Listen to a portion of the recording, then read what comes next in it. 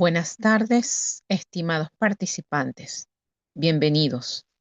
Damos inicio al segundo y último encuentro síncrono del periodo 2026-2 para la unidad curricular Teoría de los Tratamientos 2, sección R1. Quien les habla, la profesora y tutora Yosbeli Vázquez. El objetivo de este espacio de aprendizaje es recordarles la dinámica de funcionamiento de la asignatura, su estructura y un breve resumen teórico de las unidades 2 y 3. Recordemos que este periodo académico inició recién el pasado martes 10 de febrero y culmina el próximo 2 de marzo, lo cual significa que tenemos un tiempo estimado como breve para conocer lo extenso del desarrollo teórico de esta unidad curricular.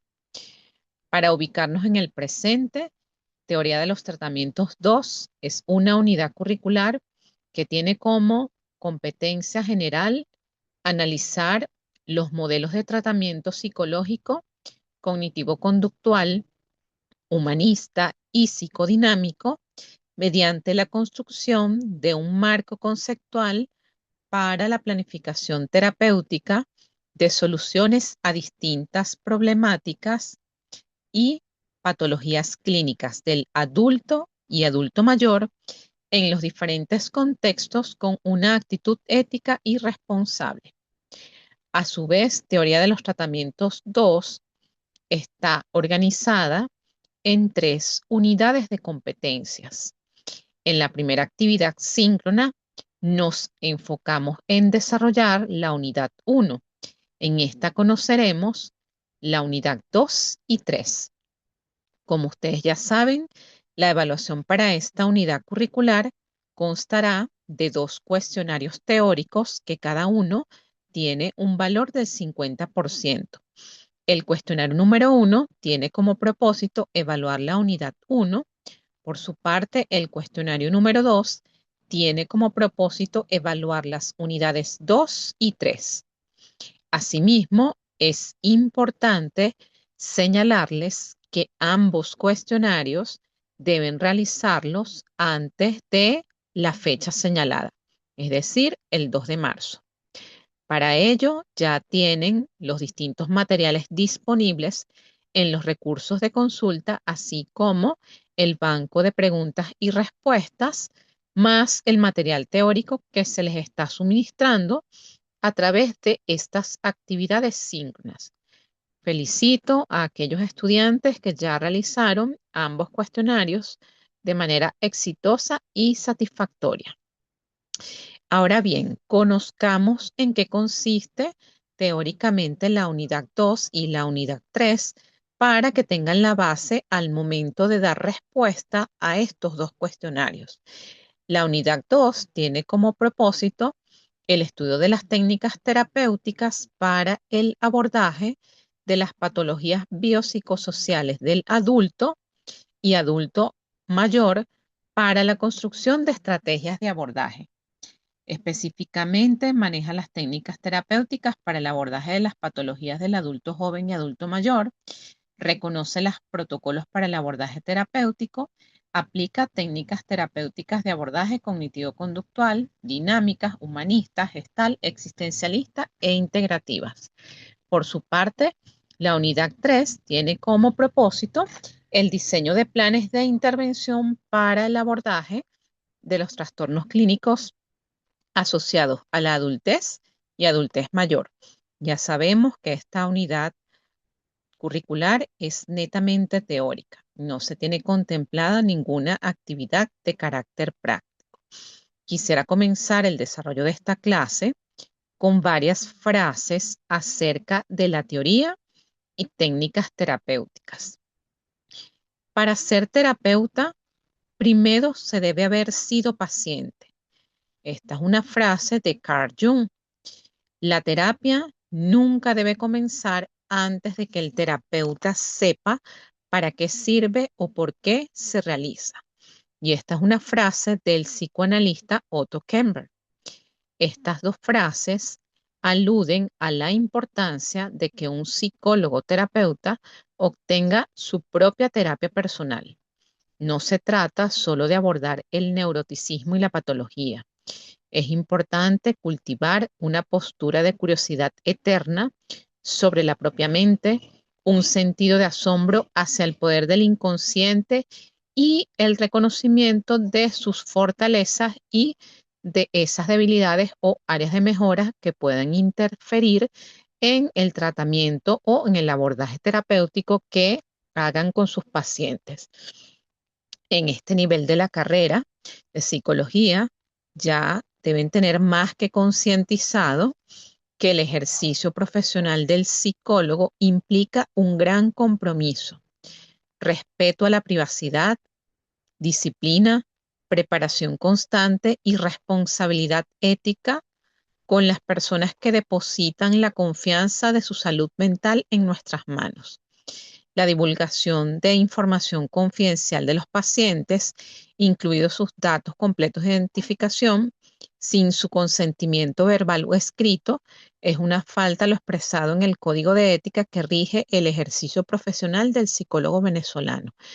Y aquí quiero incluir incluso ese tipo de divulgaciones que he visto en las redes sociales. Hoy tuve un paciente que, ta. Esas son cosas que atentan contra el código de ética o al menos un psicólogo, un buen psicólogo, un buen terapeuta es muy celoso de cuidar pues estos aspectos en privado a sus pacientes. Sé que quizás muchos de ustedes están apresurados y deseosos por atender pacientes y es válido pues para eso se están formando. En este sentido, teoría de los tratamientos 1, que la vieron en el periodo anterior, y la 2, les está dando las bases teóricas sólidas en psicoterapia para su formación académica, profesional y personal. La formación académica del estudiante de psicología no termina en el pregrado. El ejercicio psicológico responsable implica seguirse formando teóricamente, realizar cursos de actualización, diplomados, posgrados en el área de su interés, ser autodidactas, leer mucho, supervisar sus primeros casos y el más importante, asistir a terapia. Asimismo, es necesario que aprendan a reconocer cuáles son sus limitaciones personales y profesionales. No se puede trabajar con todos los pacientes y mucho menos si no se está suficientemente capacitado para ellos. Hay que bajarse de ese pedestal del narcisismo y la omnipotencia y reconocer que muchas veces necesitaremos el apoyo de otros colegas para poder realizar los acompañamientos terapéuticos o las evaluaciones que requieran nuestros consultantes. En todo momento debe prevalecer es el bienestar del paciente. El lugar del psicólogo terapeuta es un sitio muy peligroso, muy arriesgado. Es muy fácil creerse el dueño de la razón, el que todo lo sabe, el que todo lo dice. Y como refería Lacan, que es un psicoanalista post-freudiano, somos el sujeto supuesto saber, pero tan solo supuesto, lo que no quiere decir que no lo seamos. Pero siempre es tentador, a veces porque nos lo creemos nosotros mismos y otras porque el paciente nos pone en ese sitio y nosotros necesitamos creerle para reforzar nuestro narcisismo y ego profesional. Es pertinente siempre mantener una atención activa y centrarse en lo que el paciente nos muestra, pero también lo que calla. Tenemos que aprender a centrarnos no desde el cerebro, sino ni desde las exigencias, sino desde un puente entre nuestra capacidad de saber estar con ese paciente y ayudarlo a que nos enseñe de lo que más sabe, que es de sí mismo. En este sentido, es importante centrarse en lo que es el proceso terapéutico. Todo proceso de psicoterapia implica revisar la vida del paciente. Esto desde un enfoque que le permita realizar las resignificaciones necesarias para el logro de su bienestar emocional. enfocándose en determinados puntos focales. Toda persona que acude a un proceso de terapia confía en que se le va a poder ayudar a hacerse cargo de su angustia o sufrimiento. En este sentido, la terapia se considera como el arte de curar sin medicar, y esto basado en la idea de que curar se asocia con resignificar, aliviar, concientizar la situación conflictiva o el desajuste que presenta el paciente que asista a consulta. La mayoría de las veces, sobre todo cuando el paciente está muy desregulado, se va a considerar al terapeuta como el yo de apoyo, que se constituye en un modelo que guía, acompaña y organiza lo vivido dentro del espacio terapéutico, llevando al individuo a experimentar nuevas maneras de resolver los problemas, logrando un mayor grado de gestión emocional y de autoapoyo. Dentro de ese proceso terapéutico, como se señaló en la sesión anterior, ponemos en contacto al paciente con sus emociones en conflicto. Nuestro trabajo es proveerle de los recursos y medios necesarios para que los resuelva. Y esto le va a permitir alcanzar una mayor fluidez emocional y promover un estado de salud psíquica adaptativo mediante las técnicas y ejercicios terapéuticos aplicados en las distintas sesiones. Se impulsa el desarrollo de las habilidades personales que se encuentran en conflicto a nivel de emociones, pensamientos y comportamientos. Desde un panorama amplio, se le piden al terapeuta muchos recursos.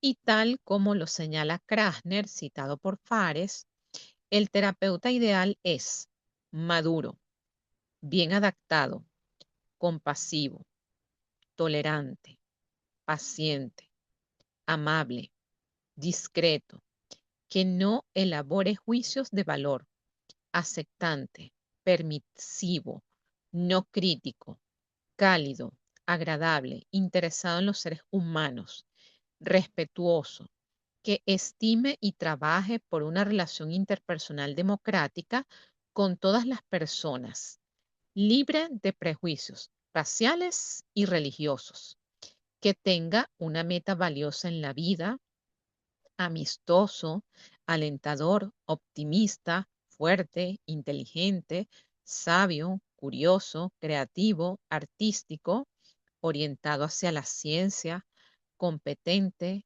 confiable, un modelo que el paciente pueda seguir, lleno de recursos, sensible en términos emocionales, consciente acerca de sí mismo, perspicaz acerca de sus propios problemas, espontáneo, con sentido del humor, que se sienta seguro de su persona, maduro acerca del sexo, que crezca y madure de las experiencias vitales, que tenga alta tolerancia ante la frustración, confiado en sí mismo, relajado, objetivo, autoanalítico, consciente de sus prejuicios, no servil, humilde, escéptico, pero no pesimista o modesto, del cual se pueda depender, consistente, abierto, honesto, franco, con gran preparación técnica, dedicado en un sentido profesional y encantador.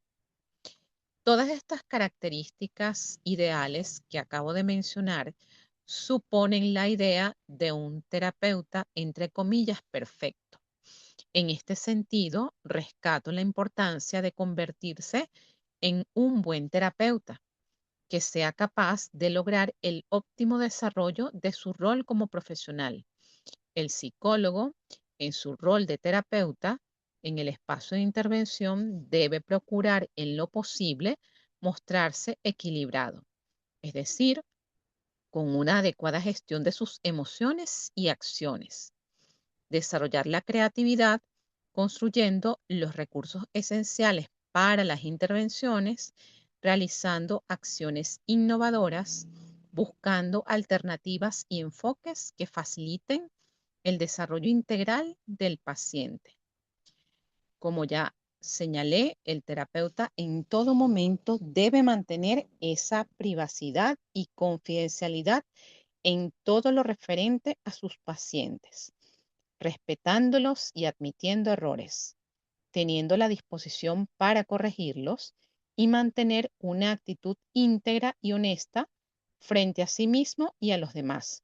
Por otra parte, el terapeuta debe estar abierto al aprendizaje y con disposición para poder superar sus propias situaciones personales y laborales con objetividad, además de actuar como un profesional integral ante diversas situaciones que requieran su abordaje óptimo. Un buen terapeuta debe construirse y reunir una gran cantidad de características que podrían enmarcarse en vocación de servicio, sensibilidad, equilibrio emocional y adecuada formación técnica, además de procurarse, lo repito una vez más, un proceso de terapia personal y supervisión de casos, en especial en los primeros años de su ejercicio profesional como psicólogo. En este sentido, es importante hablar de lo que son esas funciones del terapeuta, las condiciones que ha de reunir un buen psicoterapeuta. Por una parte, debemos afirmar que el terapeuta dirige el tratamiento, no la vida del paciente. Esa atmósfera de la relación paciente-terapeuta debe ser cálida, de escucha atenta y respetuosa, sin establecer juicios personales, de reserva y ser cuidadoso al momento de realizar los señalamientos terapéuticos. Desde la primera sesión debe darse una alianza de trabajo denominada alianza terapéutica, que es uno de los elementos comunes a todos los enfoques. No hay nada como que el paciente se sienta escuchado, comprendido y no juzgado. Lo anterior implica encontrar significados, razones y los orígenes del funcionamiento psicológico del paciente. Tanto las cualidades del terapeuta como las características del motivo de la intervención psicológica y las propias características del paciente, los tres son elementos importantes que van a determinar la efectividad y la respuesta al tratamiento, especialmente al trabajar con adultos mayores, ya que sus necesidades individuales deben considerarse al momento de planificar un programa de tratamiento. La experticia del terapeuta se va construyendo en el tiempo y a medida en que se realicen los acompañamientos de los pacientes. Conectar afectivamente con otro ser humano desde una escucha empática, respetuosa, que no juzgue, que no imponga, ni dicte pautas por cumplir, requiere trabajar constantemente los propios sesgos cognitivos y prejuicios, dejar claros los límites de la intervención. Siendo así, podemos decir que el problema principal de la psicoterapia es el terapeuta. De él depende, en efecto, la mayor probabilidad de éxito o de fracaso.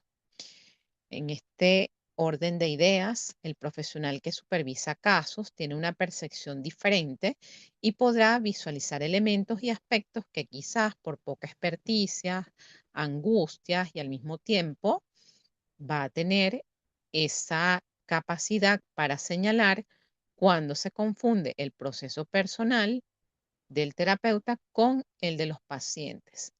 Por esta razón es importante mantener ese proceso de terapia personal, ya que es una de las únicas maneras de garantizar autoconocimiento, además de ser una de las acciones para que se conozca de primera mano lo que es un proceso terapéutico.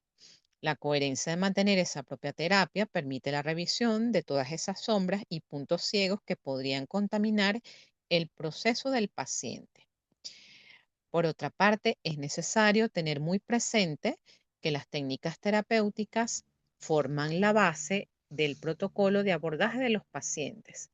Los diferentes enfoques de tratamiento que se describieron en la clase anterior deben comenzar con la realización de una buena historia clínica, seleccionar problemas específicos de tratamiento y decidir un plan de acción claro y concreto.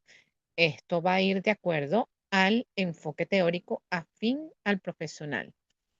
Se debe describir el plan de evaluación propuesto por fases o sesiones, nombrando esas estrategias o herramientas a utilizar según el enfoque de base.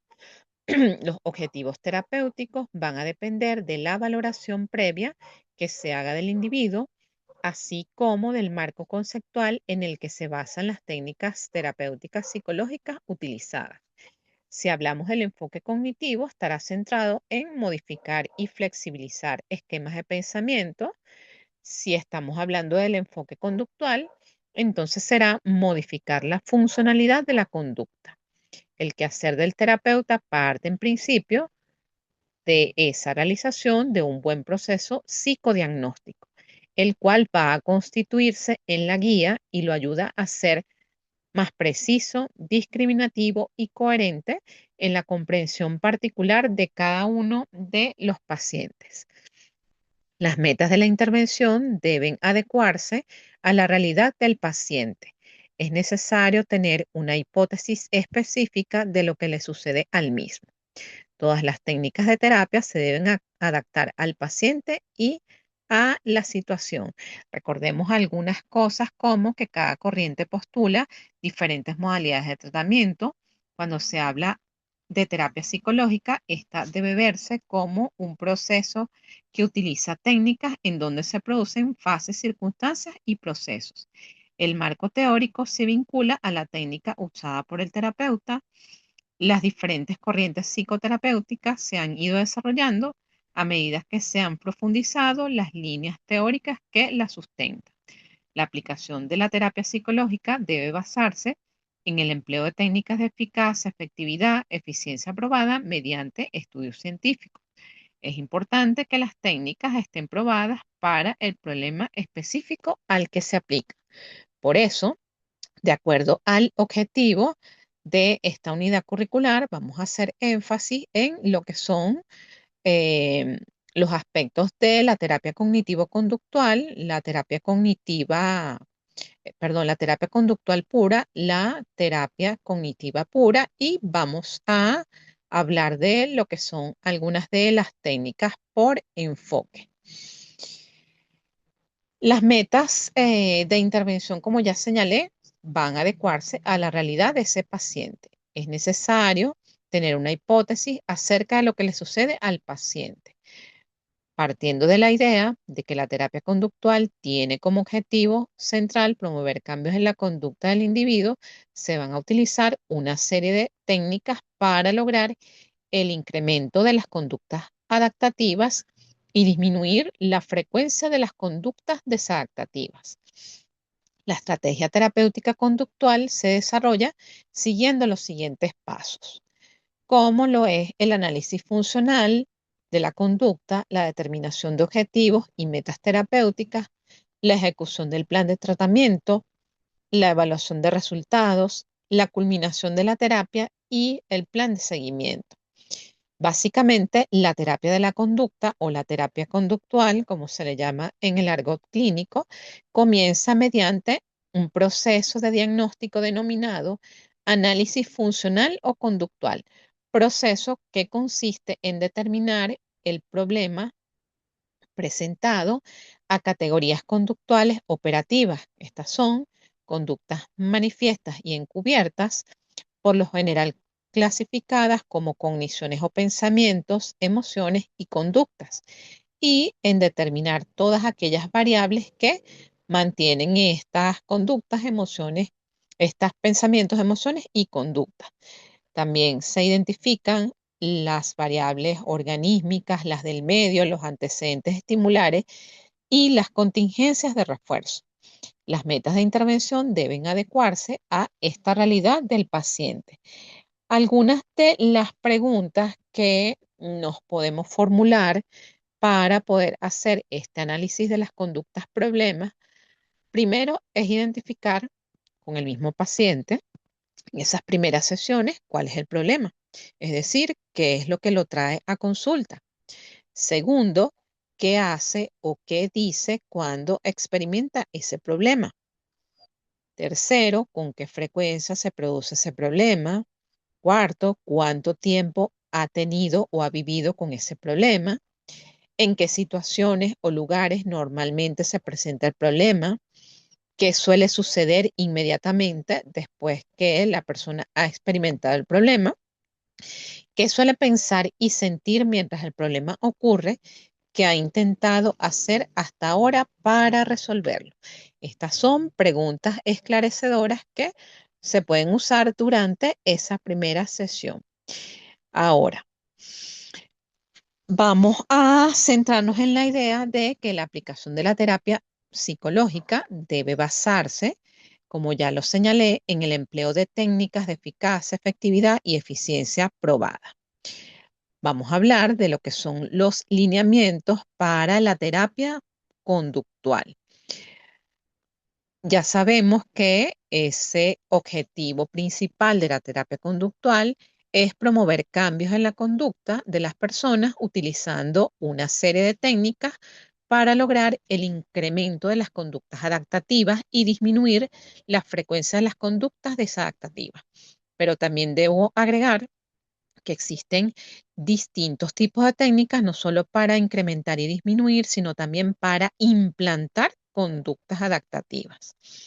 La estrategia terapéutica conductual se desarrolla a través del análisis funcional, a través de la identificación y determinación de objetivos, el establecimiento de metas terapéuticas, la ejecución del plan de tratamiento, la evaluación de resultados, la culminación de la terapia y el plan de seguimiento. Ruiz y Cano, que son dos de los autores que han trabajado o han desarrollado su línea de trabajo en psicoterapia, describen que el estudio del paciente bajo el enfoque de la terapia conductual consiste en el análisis de la conducta manifiesta y encubierta. El terapeuta de la conducta muestra respeto por el paciente y le informa de sus intervenciones, de las cuales debe pedir consentimiento.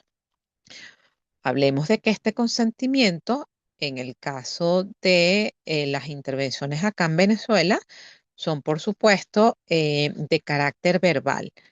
Pocos utilizan en los que son los consentimientos escritos. La terapia conductual suele conllevar un rol más activo del paciente como del terapeuta. Los terapeutas de la conducta están profundamente interesados en mantener una adecuada relación terapéutica con sus clientes. Desde el enfoque conductual no se le llama pacientes, sino clientes. La terapia de la conducta se centra en el aquí y ahora y presta menos atención a los sucesos históricos, tal como podría ser en una terapia de corte psicodinámico. Básicamente, la terapia de la conducta inicia a través de ese proceso de diagnóstico denominado análisis funcional o conductual, que ya indiqué. A través de esto determinamos el problema presentado a través de categorías conductuales operativas. Establecemos las conductas manifiestas, las conductas encubiertas, las clasificamos a través de los pensamientos, las emociones y las conductas. Cuando hablamos de conductas son todas aquellas cosas que podemos ver de manera objetiva. Determinamos las variables e identificamos esas contingencias de refuerzo. Para establecer ese programa de modificación de conducta, esto se realiza a través de fases y esas fases están descritas en tres: la fase inicial, la fase media y la fase final. La fase inicial empieza con la selección de la conducta que se desea modificar. La evaluación o diagnóstico conductual consiste en la determinación de esa conducta que es objeto de estudio, sus antecedentes y sus consecuencias. Se utiliza algún método de registro para saber qué elementos está incidiendo en la conducta. Es de utilidad también la observación conductual, pero usando cualquier otro tipo de registro. Las hojas de registro consisten en una sencilla técnica para que el paciente sea consciente de los distintos componentes de una actividad y su nivel de ejecución en cada uno de sus componentes. Se deben identificar cuáles son esos reforzadores o cosas que le gustan a la persona. Se eligen junto al paciente o al cliente los objetivos y las técnicas más adecuadas para intervenir realizando un plan de acción. En la fase media consiste en la puesta en marcha de ese programa de modificación de conducta y medir con registros el avance de la conducta a modificar. La intervención psicoterapéutica conductual consiste en la modificación de los antecedentes y consecuencias de la conducta a fin de modificar la misma. La fase final consiste en que una vez se haya logrado adquirir la conducta adaptativa, se va evaluando periódicamente la conducta después de haber finalizado el programa de intervención. Este programa de seguimiento posterior puede ser a través de llamadas telefónicas esporádicas o eh, recurrir a ciertas sesiones mensuales, trimestrales, hasta que se le dé el alta definitiva al paciente. Ahora, con respecto a lo que son los lineamientos y principios de la terapia cognitiva pura, tenemos que decir que el objetivo de la terapia cognitiva es corregir el procesamiento distorsionado de la información y ayudar a los pacientes a modificar todas esas suposiciones que mantienen las conductas y las emociones desadaptadas. Vela señala que la terapia cognitiva se basa en el modelo cognitivo de los trastornos emocionales. Ya sabemos que Vela es uno de los autores representativos de la psicoterapia cognitivo-conductual. Este modelo de la psicopatología es el del procesamiento de la información y se basa en la afirmación de que la manera en que las personas estructuran sus experiencias juegan un papel fundamental en la determinación de sus respuestas emocionales y conductuales a esos sucesos. Por otra parte, la terapia cognitiva es breve y de tiempo limitado, es estructurada y directiva, se orienta en los problemas, se basa en un modelo educativo, una relación terapéutica estable es una condición necesaria para la efectividad de la misma, ya que supone un esfuerzo de colaboración entre el terapeuta y el paciente. Esta terapia además utiliza el método socrático. Las preguntas ayudan al paciente a examinar de manera objetiva y no defensiva sus suposiciones. La teoría y la técnica de la terapia cognitiva descansan en el método inductivo. La asignación y cumplimiento de las tareas a la casa suele ser un aspecto central de esta terapia. Por otra parte, Belak refiere que, al igual que en la terapia puramente conductual, la terapia cognitiva se realiza a través de fases. En la fase inicial, se debe familiarizar al paciente con el modelo cognitivo. Asimismo, en esta fase, el terapeuta tiene un rol más activo que el paciente. Se debe generar una lista de problemas que se desarrolla y somete a prueba la conceptualización del caso. Se desarrolla un plan de tratamiento, se le enseña al paciente a identificar sus pensamientos automáticos y producir reacciones en el paciente hacia las diversas técnicas y hacia el terapeuta. Con relación a la fase media, se deben utilizar estos pensamientos automáticos para, a su vez, ayudar a identificar esas creencias básicas del paciente o las creencias nucleares, que son las suposiciones subyacentes, ayudar al paciente a dominar habilidades cognitivas para enfrentarse a situaciones y explorar el desarrollo de suposiciones subyacentes. Ya para la fase final de la terapia cognitiva, consistirá en dar al paciente mayor responsabilidad del tratamiento, ir examinando creencias y sentimientos del mismo acerca de dejar o finalizar el tratamiento, revisar las metas obtenidas, preparar la terminación y enfocarse en cómo prevenir recaídas y hacer arreglos para tener sesiones de refuerzo o llamadas telefónicas de seguimiento.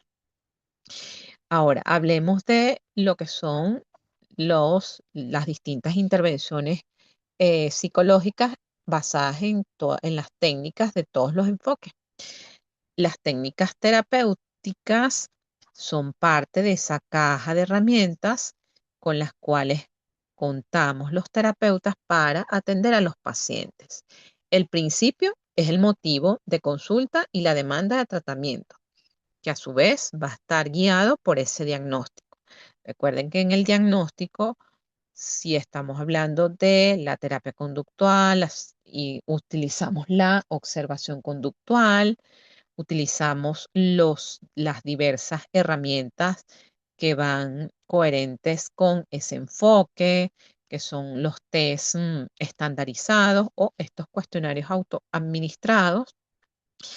Las sesiones terapéuticas con adultos debe incluir establecer una agenda de trabajo para cada sesión.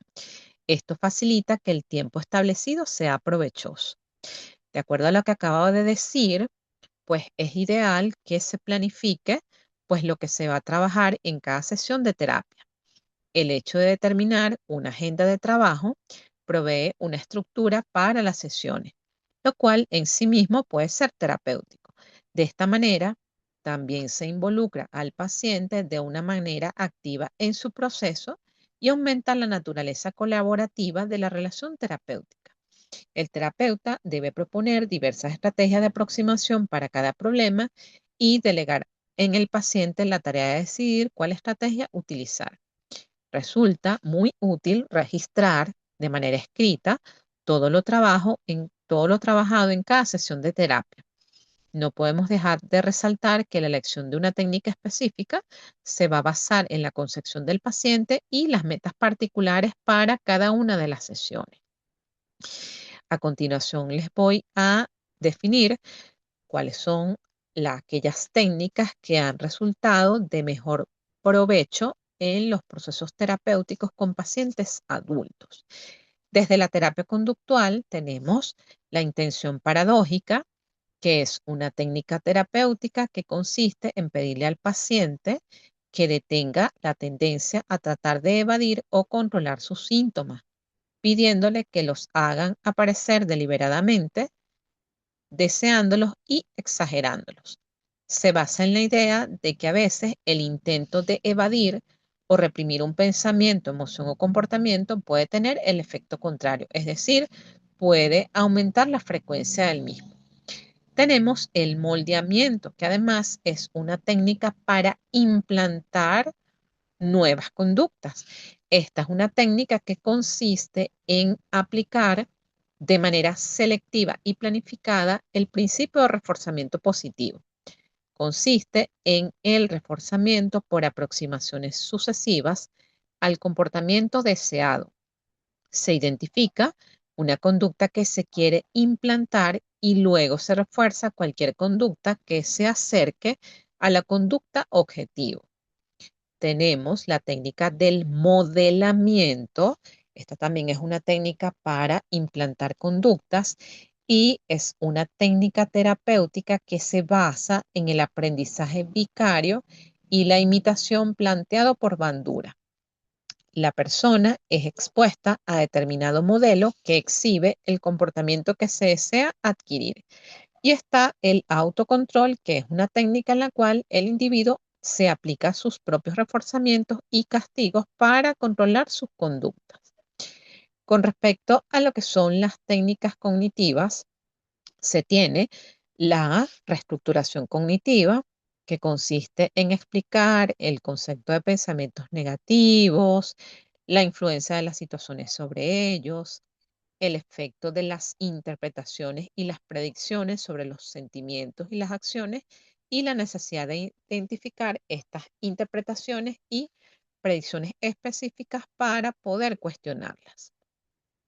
Ruiz y Cano refieren que esta técnica consiste en que el paciente aprenda a cambiar algunos pensamientos negativos que producen inconvenientes emocionales. Se detectan y se cambian los pensamientos automáticos, ideas involuntarias que aparecen en distintas situaciones.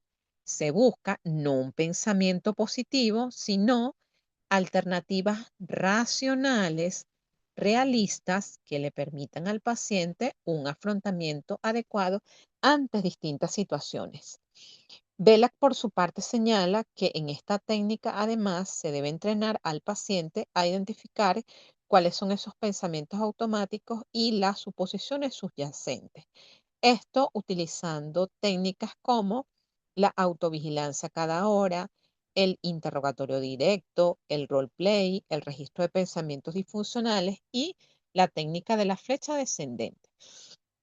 Otra de las técnicas cognitivas es el interrogatorio directo. Esta es una técnica más directa que consiste en simplemente preguntarle al paciente qué pensamientos ocurren cuando se encuentra dentro de una situación problemática o en la situación que evocó una respuesta emocional. Esto tiene como fin enfocar la atención sobre cómo el paciente se sentía y es un medio para indagar los pensamientos. La técnica de la imaginación consiste en utilizar esto mismo para intentar tener acceso a los pensamientos automáticos del paciente, el role-playing, que se utiliza para despertar pensamientos automáticos y consiste en hacer que paciente y terapeuta hagan un role-play de una situación con alta carga emocional. Está el registro del pensamiento disfuncional, que consiste en identificar los pensamientos automáticos y registrarlos junto con las emociones asociadas. Tenemos también la terapia racional emotiva conductual de Albert Ellis, o conocida por sus siglas TREC. Consiste en una terapia de dirección activa, filosófica y empírica que se centra en la resolución de problemas y perturbaciones emocionales y de conducta, cuyo objetivo radica en conseguir que el paciente lleve una vida más feliz y satisfactoria, utilizando el diálogo y debate socrático. La terapia cognitiva de Aaron Beck se sustenta sobre el modelo cognitivo, el cual establece que los pensamientos, emociones y comportamientos se encuentran estrechamente conectados y que, por lo tanto, las personas pueden superar sus dificultades y alcanzar sus objetivos identificando y cambiando los pensamientos inútiles o incorrectos. El entrenamiento asertivo parte de la idea de que la asertividad es esa capacidad de poder expresar pensamientos y emociones propios sin sentir ansiedad ni agredir a la otra persona, y de una manera socialmente aceptada. Durante la terapia, el paciente puede aprender a comunicarse de un modo eficaz, manifestando sus propias opiniones. Está la técnica de las autoinstrucciones. Esta es una técnica mediante la cual la persona se da a sí misma un conjunto de órdenes o instrucciones que le van a permitir la regulación autónoma de la propia conducta. El objetivo de este entrenamiento es enseñar al paciente una forma de actuación rápida y eficaz para lograr el éxito en una tarea o una conducta. Esta técnica tiene como objetivo enseñar a la persona a utilizar verbalizaciones correctas, aprendiendo a distinguirlas de las incorrectas.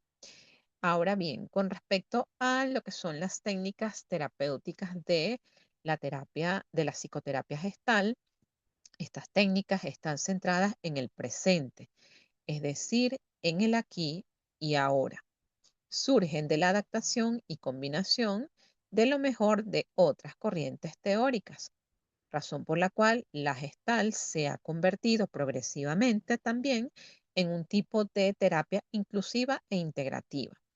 La base de la metodología Gestalt es la conciencia. Al centrar la atención en nosotros, se llega a conocer cuál es nuestra verdadera experiencia, trabajando en el momento presente con la fenomenología o la comunicación no verbal. De acuerdo a esto, tenemos distintos tipos de técnicas: las supresivas, las expresivas y las integrativas. Las técnicas supresivas de Gestalt son aquellas que tienen como objetivo dejar de hacer lo que el individuo está llevando a cabo con el fin de descubrir la experiencia que se oculta detrás de una determinada actividad, entre las cuales está descubrir los debeísmos, Esto es identificar junto al paciente los deberías que el individuo se pone a sí mismo. Estos debeísmos suelen ser patrones de pensamiento que se basan en mandatos e ideas de que las cosas deben ser de determinada manera y suelen ser una fuente de ansiedad. Por ejemplo, las cosas se hacen bien o no se hacen. Esto es un mandato, un deber que tenemos, un debeísmo, que si no se hacen las cosas de esa manera, no van a resultar bien. Y esto está relacionado con rasgos de perfeccionismo y una necesidad de control que ya sabemos pueden ser rasgos importantes o del trastorno obsesivo compulsivo como trastornos de ansiedad o del trastorno de personalidad obsesivo compulsivo. Tenemos la técnica de experimentar el vacío. Esta tiene como objetivo facilitar en el individuo la toma de conciencia de su propio vacío interior. Esto puede ser una experiencia incómoda para muchos, ya que implica enfrentar la propia falta de significado. En gestal se llama el vacío fértil. Esto es aceptar el vacío como parte de la experiencia humana y al hacerlo el individuo puede descubrir nuevas fuentes de propósitos en la vida. Dentro de las técnicas supresivas está el no hablar acerca de, encontrar las formas de manipulación, saber formular preguntas y respuestas, captar cuando se pide aprobación, el tratamiento de autoestima y el darse cuenta de cuando se demanda o se exige algo. Ahora, con respecto a lo que son las técnicas expresivas, tiene como objetivo reunir la suficiente energía para fortalecer el contenido del darse cuenta del paciente, bien sea sugiriendo la intensificación de la atención o exagerando la atención deliberadamente a través de técnicas como la repetición, la exageración, expresar lo no expresado, terminar o completar la expresión, buscar la dirección y hacer la expresión directa. Y las técnicas integrativas, que es la combinación de técnicas supresivas y expresivas, cuyo objetivo es integrar las partes alienadas del individuo. Recuerden que una de las premisas de la psicoterapia gestal es el tema de los opuestos y de las polaridades, que trabajamos con los aspectos positivos y los aspectos negativos. Dentro de estas técnicas integrativas está el encuentro intrapersonal, la asimilación de lo proyectado, las fantasías guiadas o dirigidas, que son fabulosas para trabajar el darse cuenta, el túnel del tiempo, el archivador, los árboles y tú. Ahora, con respecto a lo que son las técnicas derivadas del enfoque psicodinámico, el modelo psicodinámico hace énfasis en lo etiológico, es decir, en el origen del trastorno psicológico. Este modelo psicoanalítico tuvo su origen en un tiempo histórico marcado por una fuerte represión sexual. Sus aportes importantes son postulados que permiten la comprensión de la conducta de los individuos, centrándose en lo que son las experiencias tempranas para la formación de la personalidad, en especial lo que es la formación del apego, la relación con las figuras parentales y que va a servir para explicar que la conducta ha sido originada por motivaciones inconscientes, las cuales se van a manifestar en las relaciones terapéuticas transferenciales. El enfoque terapéutico de la teoría psicoanalítica se basa en la convicción de que se debe persuadir al paciente de que prescinda de su situación ambiental, con énfasis en el tratamiento de tipo individual, donde tienen relevancia las dimensiones internas asociadas con la percepción de los acontecimientos, las emociones, los objetos interiorizados y los conflictos intrapsíquicos. El individuo es visto como un individuo reprimido en el que su vida psíquica responde a proyecciones. Los síntomas son vistos como inadaptaciones y como respuesta a reacciones internas más que a circunstancias externas.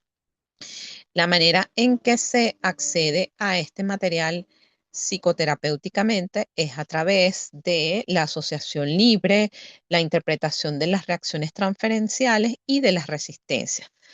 que además sabemos que la resistencia no solamente es propia de las técnicas psicodinámicas, sino también son aplicadas a todas las psicoterapias.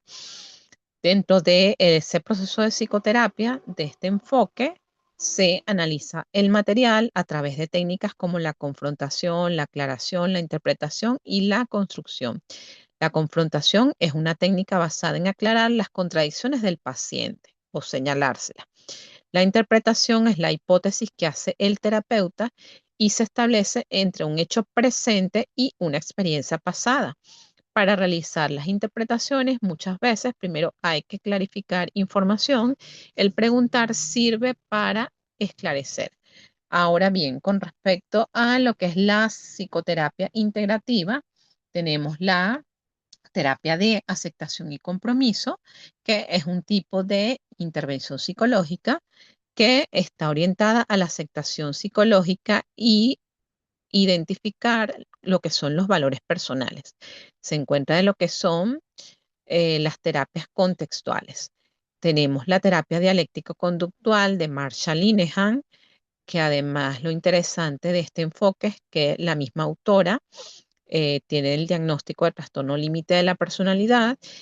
eh, Esta técnica terapéutica se basa en la estrategia dialéctica, que consiste en generarle las dudas al paciente y las distintas opciones que pueden generarse, validando el discurso del mismo. Tiene como objetivo aprender habilidades para controlar su mundo emocional y su conducta. Por otra parte, está la terapia breve estratégica. De acuerdo con este enfoque, la atención terapéutica se va a centrar en explorar todo aquello sobre lo cual la persona u otros implicados han intentado hacer para resolver, resolver el problema sin conseguirlo. Asimismo, programará estrategias capaces de romper el circuito entre problemas y soluciones disfuncionales. Ahora, con respecto a lo que son formatos de reporte de sesiones, siempre será importante, como ya lo mencioné, pues hacer un registro escrito de cada una de las sesiones que se tienen con los pacientes o consultantes. En este sentido, ese reporte debe llevar fecha, nombre de la persona que elabora el reporte, el número de reporte, el número de sesión, sobre todo la primera vez, la descripción del consultante. Esto es la hipótesis clínica. Siempre en esa sesión inicial es importante, ya ustedes lo deben manejar y lo deben haber practicado en las distintas asignaturas, y esto empieza con psicopatología. Sirve mucho hacer la impresión diagnóstica, y esta impresión diagnóstica es ese examen del estado mental que les va a permitir identificar luego cuáles son aquellos elementos que son disonantes o que les llame la atención o que les pueda sumar una patología, esto a fin de hacer la hipótesis clínica, describir el motivo de consulta. Bueno, paciente asiste llorando porque se acaba de separar, eh, XXX.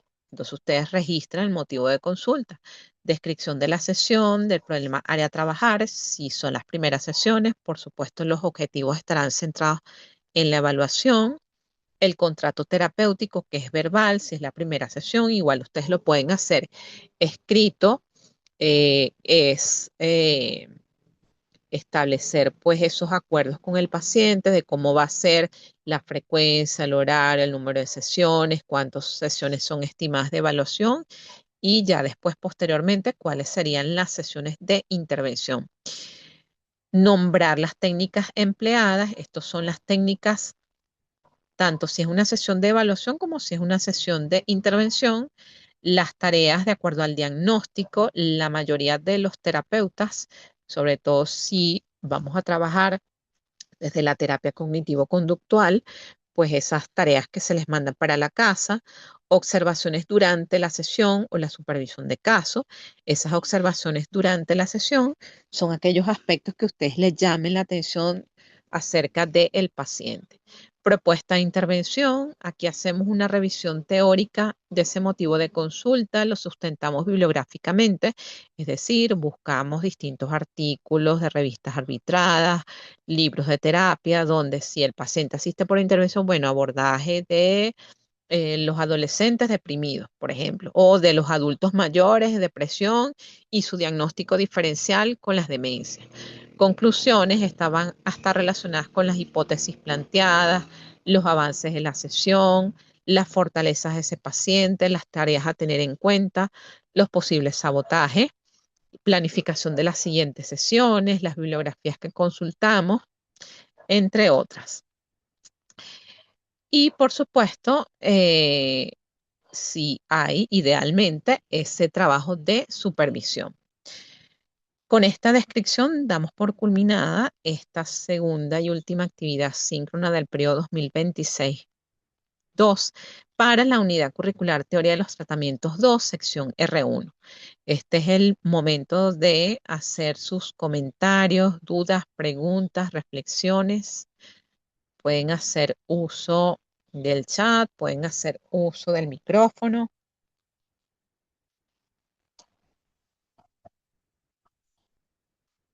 Hola, profe, buenas tardes. Buenas tardes. Una pregunta, me llamó la atención el tema del consentimiento, ¿no? Ujú. Aquí en Venezuela, o sea, no es necesario, o sea, no es, No es vamos, obligatorio. sí, exacto, no es obligatorio. Yo tenía No, entendido no, que sí, por eso le pregunto. no es obligatorio, salvo en las investigaciones de carácter experimental. Fíjese que estoy hablando de investigación y no de terapia. Sí es Ujú, importante el consentimiento. ¿Por qué? Porque nosotros tenemos una responsabilidad en ujú. las consecuencias que se deriven de una investigación. En la terapia hacemos ese consentimiento, no está establecido como algo obligatorio, pero idealmente deberíamos hacerlo, pero no es algo que es obligado por ley.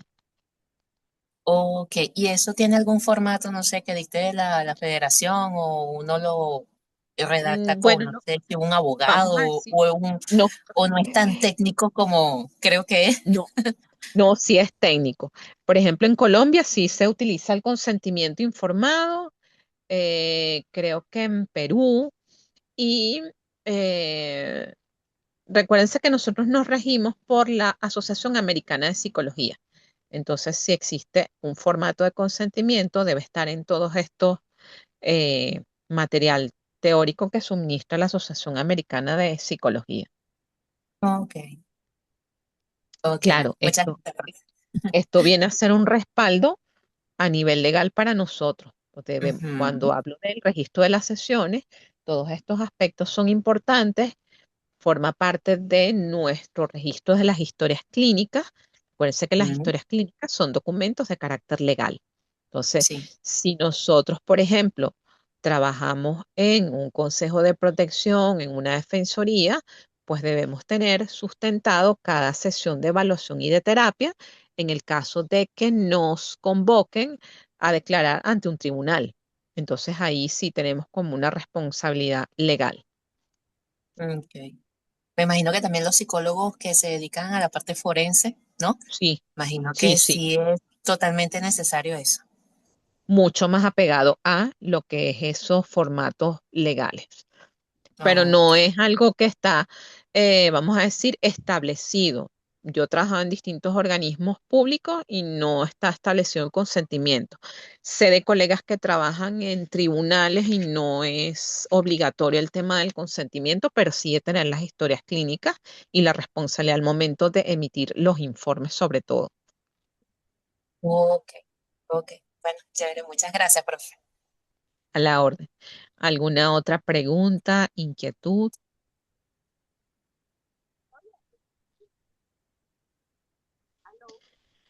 De todos modos, igual si tienen alguna duda, algún planteamiento acerca de las evaluaciones o acerca del material bibliográfico, de algún caso que tengan, recuerden que me pueden escribir también a través de la mensajería del aula virtual, que yo a la brevedad posible les doy respuesta.